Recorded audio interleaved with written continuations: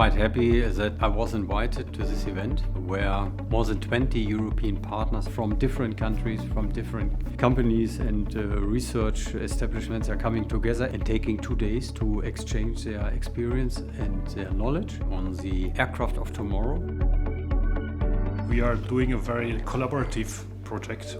We are developing technologies, but to do new technologies, you also need new methods, new way of approaching these technologies, to combine these different technologies and to integrate them on a wing level.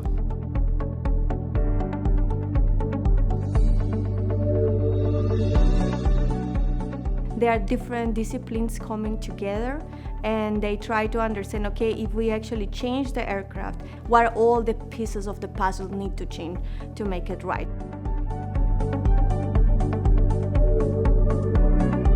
And we could really discuss with different views the most important problems that are evolving also during this upwing project.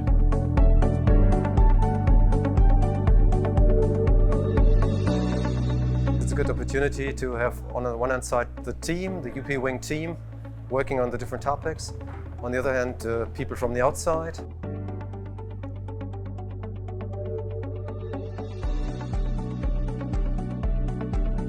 What I like is new contact with new people and to really be able to discuss with them and to improve what we will be able to do in the project.